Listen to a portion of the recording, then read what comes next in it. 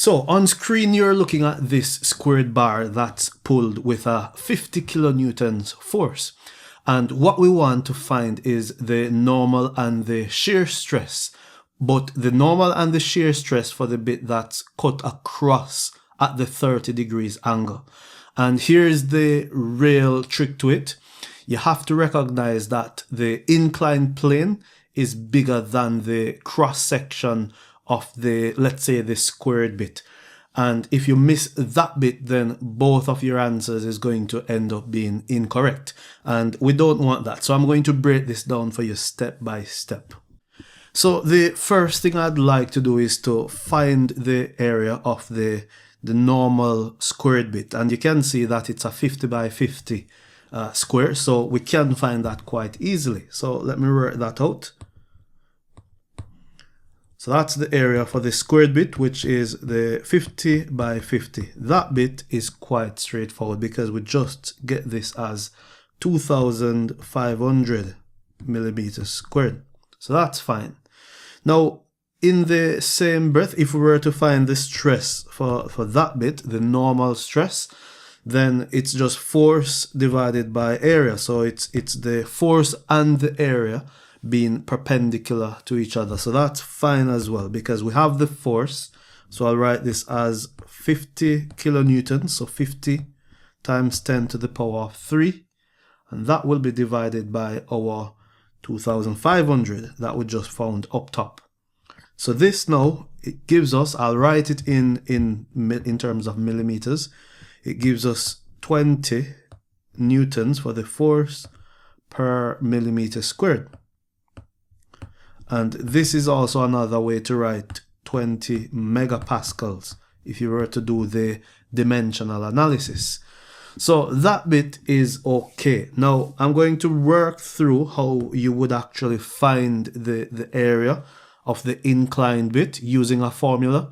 And then afterwards, I'll do everything in one go using just one formula. So this will be quite interesting. So stick around to see this. So I'll write this as A prime then, and this is the inclined plane that's at 30 degrees. And this formula is very simple. This one is just A for the normal area that we just found, divided by cos theta. And theta, of course, is the inclined angle.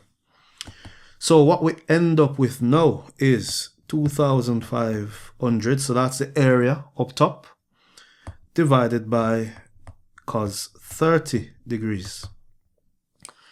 And this gives us 2,887 and it's millimeters squared. So now we're going to find both the shear force and the normal force of the inclined plane now. So let's go ahead and do that. And I'm going to clear this bit because I want you to look at the diagram whilst I'm doing it. So the first thing I'm going to do is to break up that 50 kilonewtons force into its components. So this N is for the component of the force that's normal or perpendicular to that inclined bit. And how we would find this time is F for force, cos, and then the angle. And the force is 50 kilonewtons. I'll just keep it as kilonewtons. So 50 times by cos 30, that gives us the normal force. And this is 43.3 kilonewtons. So that's the force component that's normal to the plane. And then the sign convention or the notation is V for shear force. So this bit is now going to be the shear force component. So F sin and theta, which is just going to be F sin 30. So for this component, it's just 25 kilonewtons, and that's for the shear force. So as you can imagine now, if we were to find the normal and the shear stress for this, so I'll start with the normal, so normal stress at that angle, 30 degrees angle. It's just going to be N divided by A prime. So still force divided by area. And what we have is 4.3 kilonewtons up top, so I'll just write this as 43.3 times 10 to the power of 3, and all divided by, if you can recall our inclined plane area, we got 2887 for that. So this stress then, that's normal to that inclined surface, is 15 megapascals. So that's that bit. And then now we have the bit that's the shear stress. So shear stress is the same here. So we're going to have V now over A prime. And this is going to be 25 times 10 to the power of 3, because that's the force component we have up top, and divided by the same area, so 2887, and that equals 8.7 megapascals. So those are your two forces, and what I'm going to do now, I'll just show you a formula that is very, very convenient, that you can just substitute the numbers in directly, and you'll end up with these exact answers without having to go through all the steps. So let me show you how to do that now. So just before I go through this second bit, which is the formula, if you found any value from this video, then please give the video a like, and if you have not already subscribed to the channel, then I would really appreciate your support in that means. And additionally, I am considering to start a school group, and if that's something that you think you'd be interested in, then please just drop me a comment, says school, and I'll know that yes, it's something that we could find some value in. Okay, so let's move on then to the formula. So this is it. So the stress, and this bit is for the normal. So we're going to end up with this formula that says stress multiplied by cos squared theta.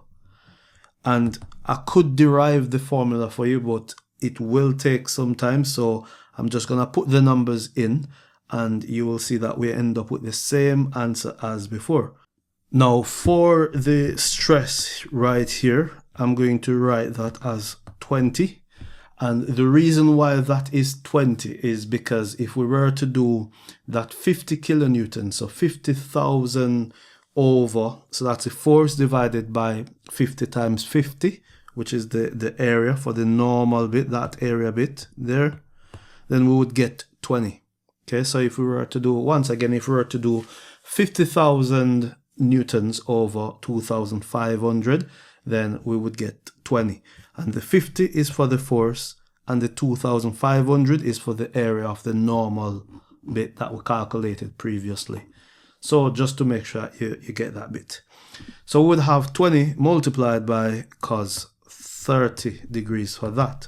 And that would give us 15 megapascals, just as we got before.